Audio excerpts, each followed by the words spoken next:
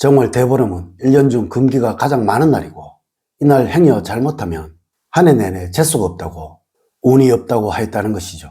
물론 유일하게 부를 얻는 비법에 관해 이야기하는 날이 이날이기도 합니다. 소띠, 이날은 이것은 꼭 하시고 이것은 절대 하지 마세요. 여러분 반갑습니다. 모모 도도입니다.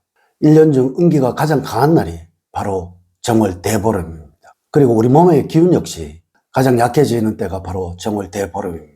그래서 무조건 양기를 붙돋우는 것을 해야 하며 양기를 살려주는 것을 먹어야 하는 것입니다. 오늘은 이날 꼭 하셔야 할 것과 절대 하면 안 되는 것에 관한 이야기입니다. 소띠들, 3월 3일 대보름에는 이것은 절대 하지 마세요. 1년 내내 큰 불행이 생겨날 수가 있습니다. 원래 2026년 3월 3일 정월 대보름은 아주 특별한 날입니다. 한국정문연구원에 따르면 이날 개기월식이 예고되어 있습니다. 붉게 물든 보름달, 이른바 블러드문을 우리나라 전역에서 관측할 수 있는 보기 드문 우주쇼가 펼쳐집니다. 이 신비로운 날에 조상들의 지혜가 담긴 풍습을 지킨다면 그 의미가 더욱 남다르겠지요. 오늘 이야기 잘 들어보시고 하실 수 있는 것은 꼭 하시고 하지 말아야 하는 것은 하지 않는 여러분들이 되십시오. 이렇게만 하신다면 올 한 해가 분명 복되실 것입니다. 자, 지금부터 시작해 보겠습니다. 첫 번째, 이날은 무엇이든 9번만 하면 부자가 된다고 하였습니다. 대보름날은 무엇이든 9번을 하라고 하였다는 것입니다. 밥을 먹어도 9번을 먹으라고 했고, 글을 써도 9번을 쓰라고 했으며, 글을 읽어도 9번을 읽으라고 했고, 새끼를 꼬아도 9번을 꼬아라고 했다는 것입니다. 물론 이날에 새끼를 9번을 꼰다면 부자가 된다고 하였다는 것입니다. 점심에는 찹쌀, 팥, 콩, 수수, 기장을 섞은 오곡밥과 겨우내 말려두었던 묵나물을 드셔보세요. 이 묵은 나물을 9가지 이상을 드신다면 다가올 여름의 더위를 타지 않는다고 믿었습니다. 특히 김이나 취나물에 밥을 싸서 먹는 복사문, 복을 싸서 먹는다는 상징적인 의미가 큽니다. 이렇게만 하신다면 1년 내내 실수가 없는 삶을 살게 된다고 하였고, 밥도 9번을 먹으면 한 해 내내 재물복이 터지고 병이 없다고 하였습니다. 이날은 무조건 9번을 하라고 했다는 것입니다. 소띠들, 하지만 이것은 사실은 불가능한 것입니다. 이 말은 많이 하라는 것이고 정성껏 하라는 이야기인 것입니다. 절대 이날은 뭐든 허투루 하지 마세요. 하나하나 세심히 정성을 다해야 하시고 뭘 하나 하시더라도 다시 한번 살펴보시는 여러분들이 되십시오. 그것이 한 해의 마음을 만들어서 여러분들을 번영하게 만들 것이고 부와 풍요로움과 행복을 가져다 줄 것입니다. 두 번째, 쌀을 밖으로 내지 않아야 합니다. 우리 민족에게 쌀은 식복을 나타내는 대표적인 것이고 재물운을 나타내는 상징적인 것입니다. 언제든 큰 날, 즉 추석날이나 설날, 대보름 같은 날에는 절대 쌀이 밖으로 나가서는 안 된다고 하였고, 이것이 현대로 말을 하면 돈을 의미하는 것입니다. 큰 날에 돈이 나가면 한 해가 재수가 없다, 돈이 메마른다, 돈 복이 없다라는 식으로 말을 한다는 것입니다. 여러분, 절대 이날은 과한 지출을 하지 마시고 낭비를 하지 마세요. 웬만하면 불필요한 지출을 하지 마시라는 것입니다. 그래야만 한 해 내내 돈 걱정이 없고 돈 고민이 생기지 않게 되는 것입니다. 세 번째, 사람을 많이 만나면 그것이 한 해의 복이 됩니다. 세성가지라고 해서 세 가지의 다른 성을 가진 사람의 집에 가서 밥을 먹으라는 이야기입니다. 이것은 실제적으로 정말로 어려운 것이고 현대에서는 할 수도 없는 것입니다. 이것은 그만큼 사람을 많이 만나라는 이야기인 것입니다. 여러분, 사람에게 양기가 강해지도록 만드는데 사람을 많이 만나는 것만큼 좋은 것은 없습니다. 활동적일수록, 외향적일수록 양기는 강해지게 된다는 것입니다. 그리고 사람을 만나게 되면 말을 많이 하게 되죠. 이날만큼은 말을 많이 하세요.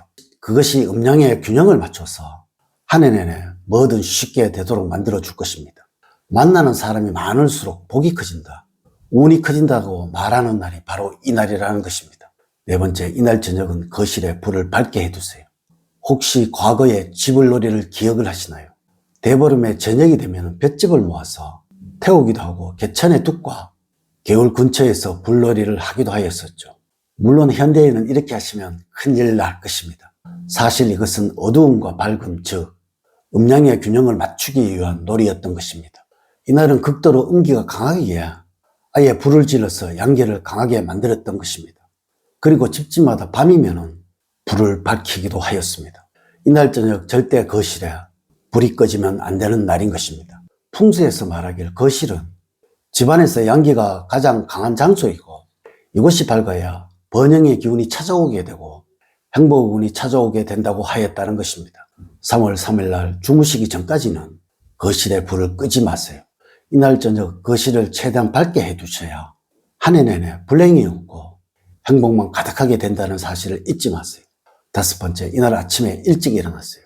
여러분, 달은 음을 말하고 해는 양을 말하는 것입니다.